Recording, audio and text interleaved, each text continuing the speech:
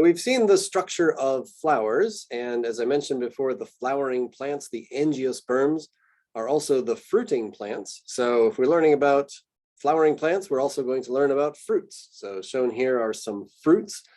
They probably look like you might expect a fruit to look, so red, appealing to the eye, and also maybe tasty. Maybe not so tasty to you, but I'll bet a bird would enjoy eating some of these. As we'll see, the term fruit is much more broad than you might be using it in conventional language. So the botanical version of fruit has a more specific definition and one that allows for different types than you might be considering when you think about fruits. So if we're talking about making fruits, then we have to kind of backtrack to how fruits were made in the first place. So a fruit, botanically, is the result of develops from a ovary with seeds inside. So we learned about flowers and flower parts, and we saw the ovary here. So if I draw the whole pistil, the female part of the flower, remember that had ovules inside. So these were ovules. Ovules are unfertilized, strictly the female component. They contain egg cells. And then this structure was the ovary, the container where the ovules are held. For protection, and also, I guess, for the convenience of having them all in one place. And so this is a structure that you might encounter in a flower. And then moving on to fruit, we'll see that these are related structures. So there's a little bit of a shift in investment, as we'll see, where that ovary can become larger, typically does. The flower exists for the purpose of getting these ovules fertilized. Once they're fertilized, then they develop into seeds, and those also can get bigger. So it's sort of the difference between the potential for making a seed and then having an actual seed. Once there's an actual seed being formed, then the nutrients get devoted to that. They get bigger, and more development happens. So ovules become seeds. The ovary becomes the fruit. We don't typically call it an ovary once it's in the fruit stage, but you can kind of see how this is the result of fertilization. So picking up where we saw last time, we talked about flowers and receiving pollen on the stigma, pollen grain, grow pollen tubes down to the ovules. That's where fertilization happens. And this fertilization gives us, inside of a seed, gives us the promise of a new plant. So that becomes an embryo, and the embryo is what's contained within a seed. And so that's going to become potentially a new plant. A lot of times in a fruit, you see lots of seeds in the same fruit. And the function of the ovary as it becomes a fruit is a function of containing the seeds, often has a role in getting those seeds dispersed. So it's in their interest to often get away from the parent plant and start themselves off in a new environment. All right, so sex in plants involves combining pollen with ovules. Pollen contains sperm cells and ovules contain egg cells. So very similar to what we've seen in biology and other contexts, also happens in plants. So pollen grains are not themselves sperm cells, but they contain sperm cells. Ovules are not egg cells, but they contain egg cells. And then a little bit of a distinction here in terminology, referring to pollination versus fertilization. And this is one that botanists like to grill you on sometimes. So technically the process of pollinization is focused more on the pollen. This is the process of getting pollen to a stigma. So we often think of this as one flower to the next, but it could also happen within the same flower. If you've got a hermaphroditic plant with bisexual flowers, they can produce their pollen and receive their pollen in the same flower. That is possible. It's often not thought of as advantageous, but it's definitely possible. And that would constitute pollination nonetheless. The process of fertilization is the process of getting a sperm cell to an egg cell. So sperm fusing with the egg, and that becomes the zygote, and that develops, as I mentioned with the seeds, zygote develops into the embryo, which is basically the baby new plant. So pollination is just this early part of getting the pollen to the part where it can potentially do its growth of the pollen tubes down to the ovules, but it's only when a pollen tube containing a sperm cell fuses with an ovule containing an egg cell that's when actual fertilization happens. So pollination happens first, and botanists like to make this split because pollination doesn't always result in fertilization. So if you want more details on that, feel free to ask me sometime, but I think that'll probably suffice for now to cover that level of detail. So some examples here, grass plant on the left, shedding a whole bunch of pollen from abundant anthers. This is a wind pollinated plant, so it produces lots and lots of pollen. And over on the right here, this is also a plant that can pick up pollen from the wind. This is a maple showing these big feathery stigmas, two of them. That feathery structure allows them to catch a little bit more out of the air. They're also sticky on a microscopic level. So pollination would be the pollen grains landing here, but location where the pollen grain lands is pretty far from the ovary, which would be contained down in this location, and that's where fertilization would happen.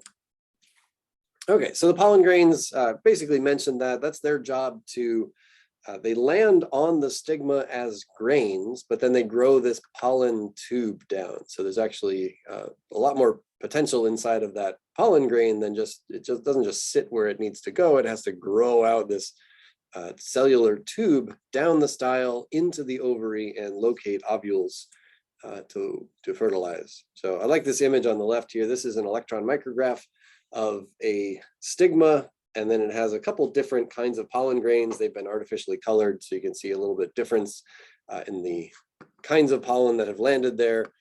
Sometimes pollen from other species ends up on a stigma. Plants have to deal with that. That's sometimes out of their control. Okay, so I mentioned, I drew earlier the process of converting a flower into a fruit.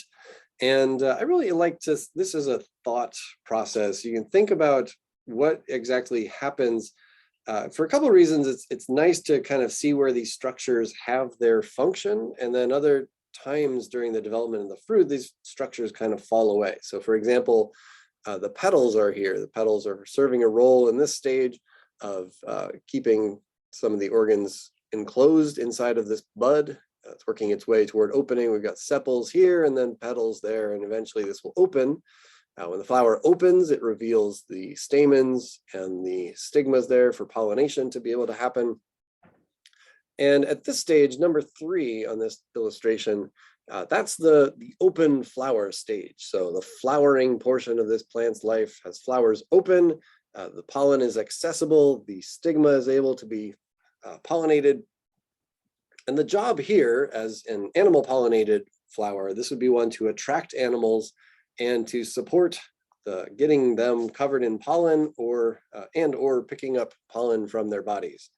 And so petals are very important for animals to see to find these flowers.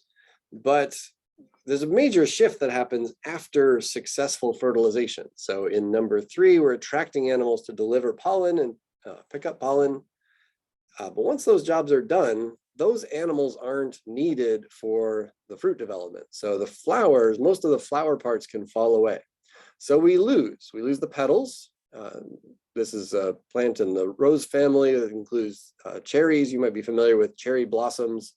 This is a time of year early in the spring, we get cherries blooming, and then we see them dropping a whole bunch of petals all over the place. It's a lovely thing, but they're basically getting rid of that part of the flower that's not needed anymore. So petals needed for pollination, not needed after that. And you can see that going from 3 to 4. You'd almost not recognize this as a result of the flowers you see in number 3. So the petals aren't needed. The stamens aren't needed. The male job has been done. The male job is more to get rid of pollen. So once the pollen is gotten rid of, then those stamens are no longer needed. But what is needed is this more female role where the mother plant has to put some nutrients in to what's left of the ovary. So the ovary sticks around, the fertilized ovules stick around, and the ovary gets bigger. So we see it getting bigger, changes color. And inside of that, the seeds are also developing. So this is owing to a lot of nutrient input from the parent plant. That we refer to that as a female role. So the ovary is more of a female structure. So the parent plant, if it's going to produce a fruit, has to put the energy in to make that fruit happen. And at this stage, there's really nothing left of the flower except for the ovary. So in the number 5, you can see a little bit left over of the style. That can happen. Sometimes you see, if you're careful looking at fruits, you can see a little scar where the style and stigma used to be on the flower. But those also are no longer needed because those were involved in pollination. The ovary is needed for developing and protecting the seeds there.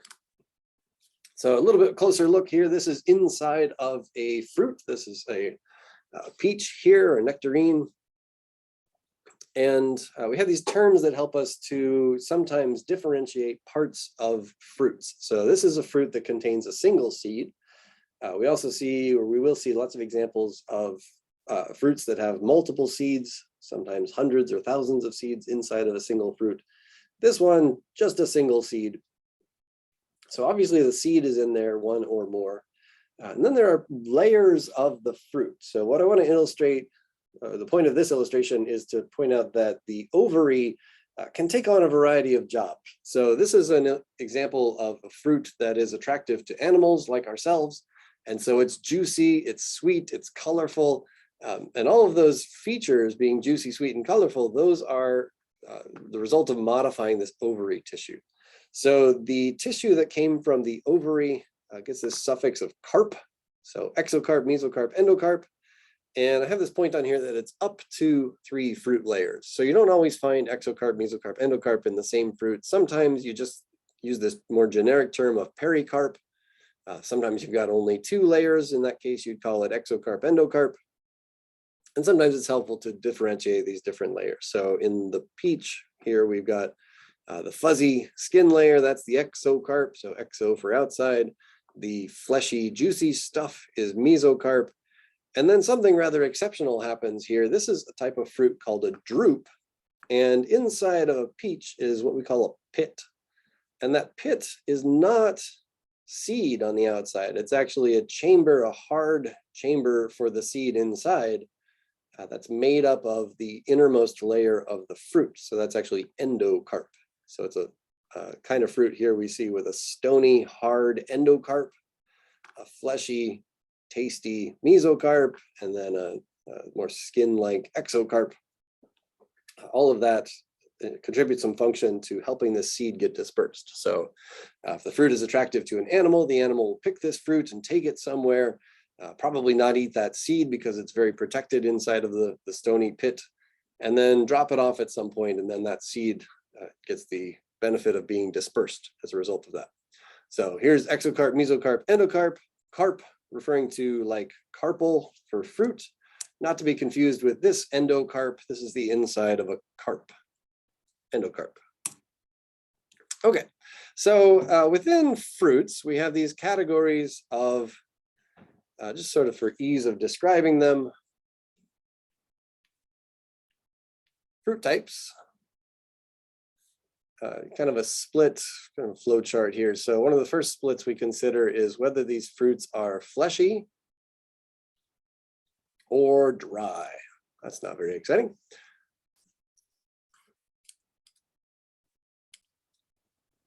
When you conventionally think of a fruit, you're probably thinking of what we call the fleshy fruit. So this is one that's wet and often tasty. And these are illustrated here. This is a variety of fruit types that fall under the fleshy fruit category. So here's some edible ones you could find at the grocery store. And there are two big divisions between kinds of fleshy fruits.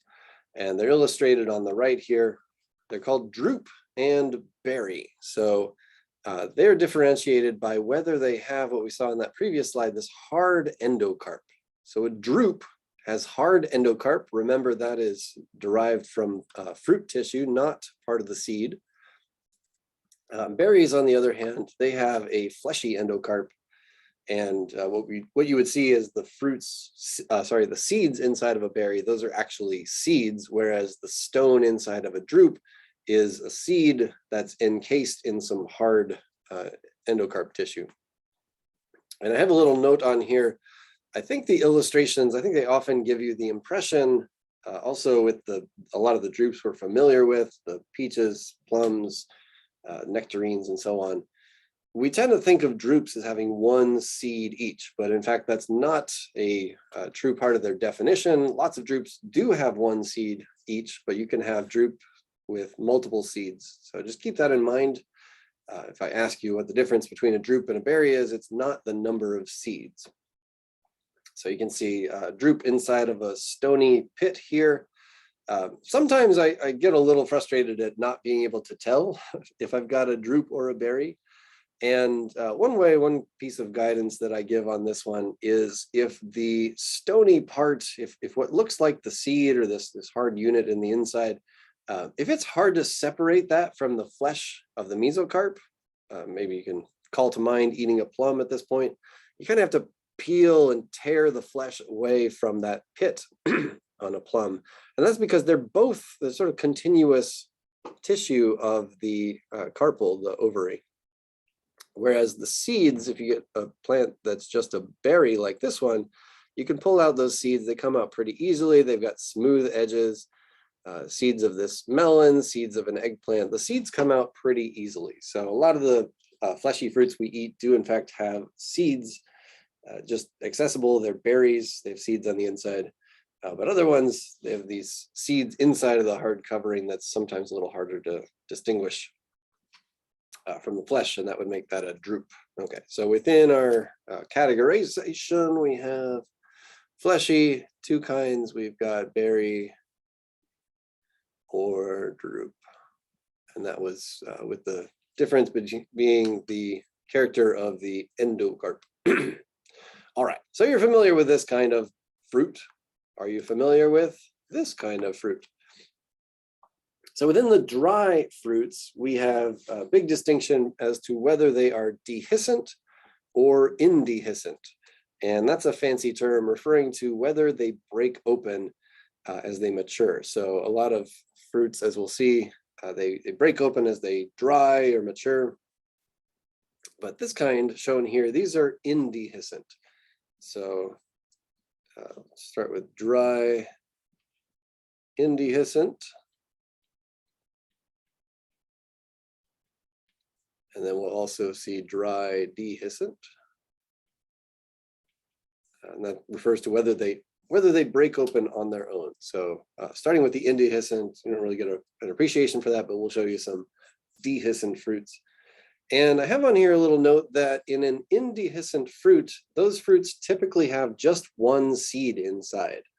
And so as you think about it, this is advantageous. If you've got a hard covering, that is the fruit that basically is still surrounding the seed, it's actually the fruit that can get dispersed. And if you disperse that fruit, then it goes to one place. So if you were to disperse an indehiscent fruit that had 10 seeds inside, all 10 seeds would end up going to the same place. And that's not necessarily so advantageous. If you got 10 seeds in one place, they end up competing with each other.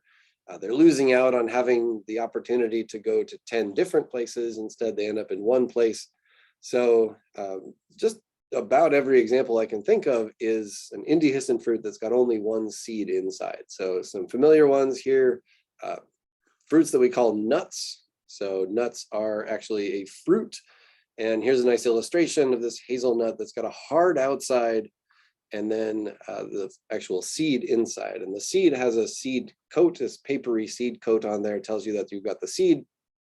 And if you have these, if you buy them in this format, you've got to cut them, or sorry, crack them open. So if you have a nutcracker in your house around the holidays, this is what you could use to crack open to get the seeds inside. So we can eat the part inside. We don't want to eat the part on the outside. It's basically like wood on the outside, very hard. This is a kind of fruit that rodents are good at getting. So if you think about squirrels, mice hoarding this kind of fruit.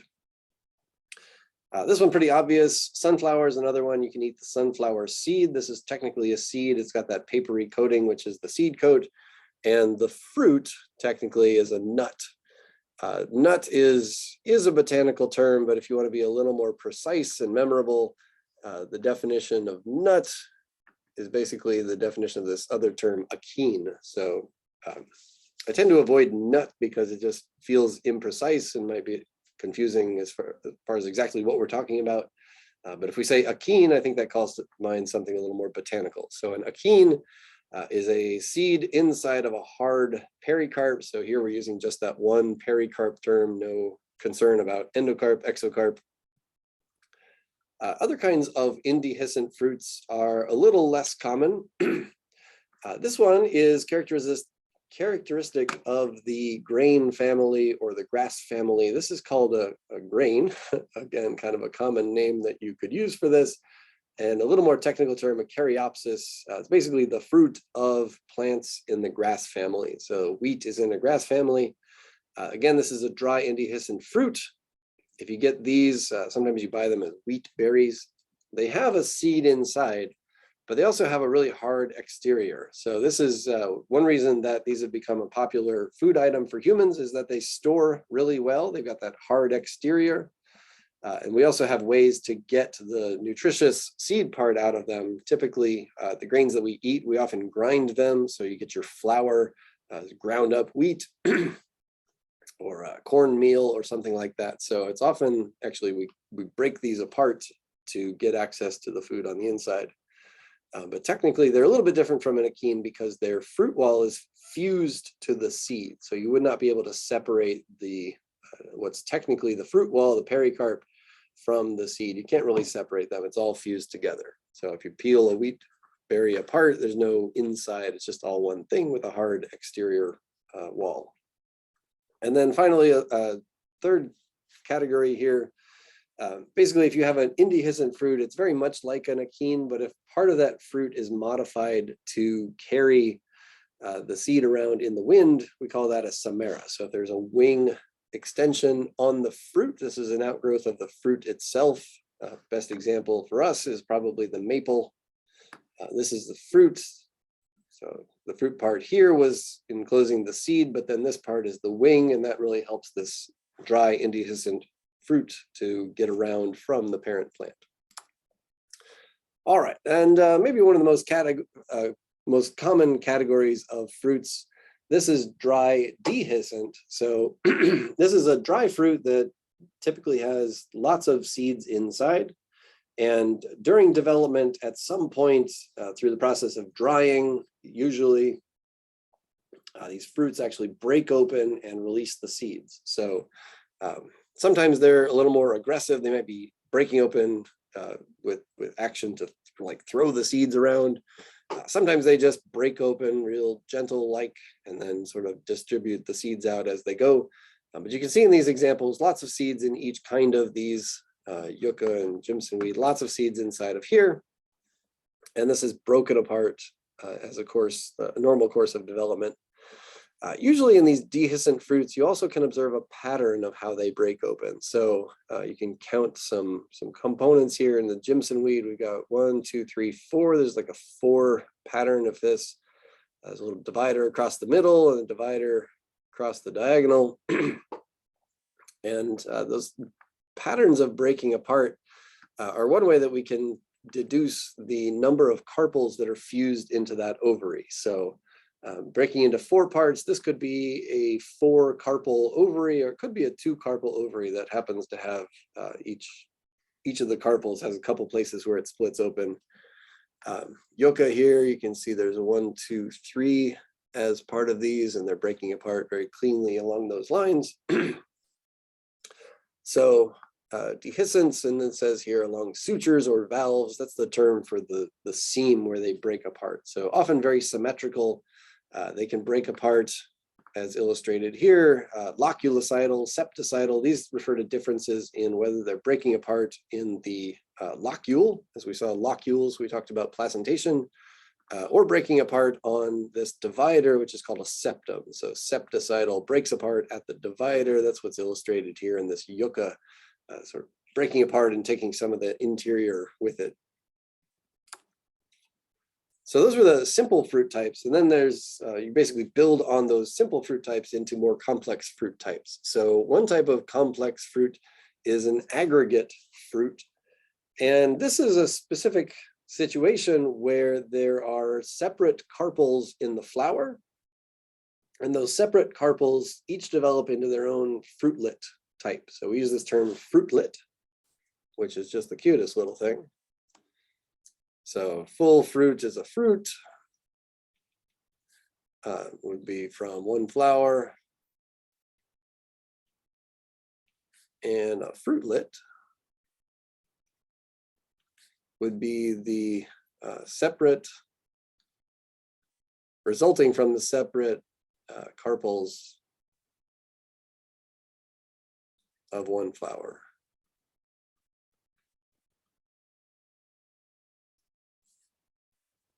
So this difference, fruit and fruitlet, this helps us to remember about the origins. Each of these, if you look down at the raspberries, each of those units is a drupe, but it's not a drupe resulting from a flower, it's a drupe resulting from a carpel. So the flower of this raspberry had lots of separate carpels. You can see the leftover styles of those carpels, indicating that they were sort of their own entity. And then they've each developed into their own shape with a single seed inside. So this is an aggregate of drupes. That makes that an aggregate type of fruit. So we have aggregates of fleshy fruits. We have aggregates of fleshy fruitlets, I should say. Aggregates of dry indehiscent fruitlets. So achenes here, this is kind of common. This is a buttercup example. Here's one where they have wings on them. So this is an aggregate of samaras, the winged indehiscent dry fruits, fruitlets. And then here we've got one follicle. This is a type of dehiscent fruitlet. And each of these little follicles breaks open to release one of these colorful seeds in the magnolia. So aggregate is a term that often gets mixed up with this one, multiple. If you think about it the right way, you shouldn't be able to confuse these terms. And I think the easiest way is just to say that a multiple fruit results from multiple flowers. So in the aggregate example, these are multiple fruitlets, but all the fruitlets shown in these images, they're coming from one flower. So this was one flower with lots of fruitlets. Each of these was its own flower. One flower gets you one raspberry, which is an aggregate of druplets. But over here in the multiple category, this is fairly rare. It would be separate flowers that as they develop into fruits, they kind of run into each other and fuse into a larger structure. So pineapple is one of these classic examples. This is what a flowering structure of pineapple looks like. Separate flowers, each of these are getting pollinated and fertilized on their own. And then as they develop, the whole cluster of flowers grows into one thing. And you can see the evidence of the individual nature of those flowers in the units that make up the separate pineapple bits. You can even see some little leafy leftovers of the bracts that were associated with those flowers. Each one its own separate flower. It develops into a pineapple. Figs and jackfruit and mulberry are actually all in the same plant family. So kind of a commonality of that plant family. But in this fig example, this is a bunch of achenes basically inside of a fleshy structure that's built out of the sort of a unique structure that's not associated with an individual flower, but more the axis that supports all those flowers. And then mulberries, this is one, ends up having a look very much like a raspberry or a blackberry.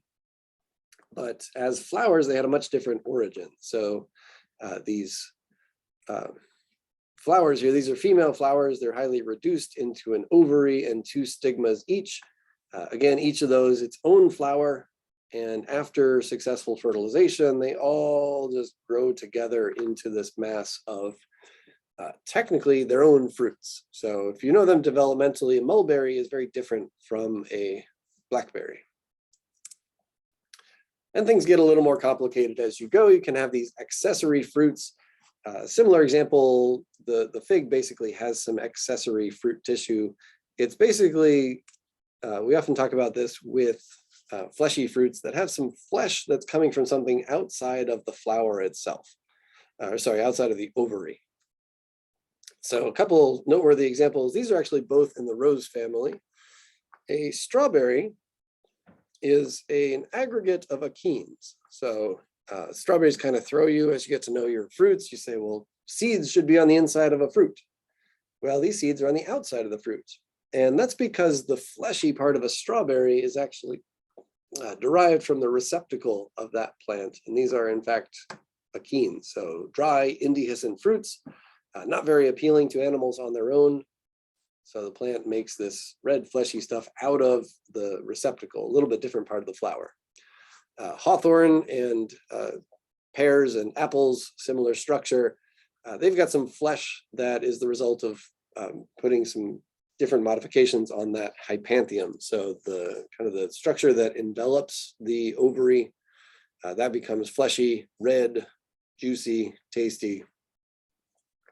Contributes to animal attraction there. So these are accessory tissue besides the ovary that basically ends up looking like fruit tissue. And things get complicated as you go. There are different ways this can happen as well to have fleshy seeds. So a few examples here, fairly uncommon, but some you might have run into as edibles, or this bittersweet plant is one we have fairly commonly around us. Bittersweet's a good example. You can see that the fruit itself has broken apart. It breaks apart into threes. So it's actually a dry, dehiscent fruit. But inside of it is this bright orange, fleshy stuff. So it's not the fruit technically, it's actually flesh that's surrounding the seeds. And it actually comes from the seeds. So in some cases, the seeds themselves become fleshy. And these are the examples here. So lots of opportunity for modification. Basically, the successful endpoint is if you get an animal to disperse your seed. That's a very common seed dispersal strategy. All right, so that's a lot of different kinds of fruits and some introduction to the terminology about them.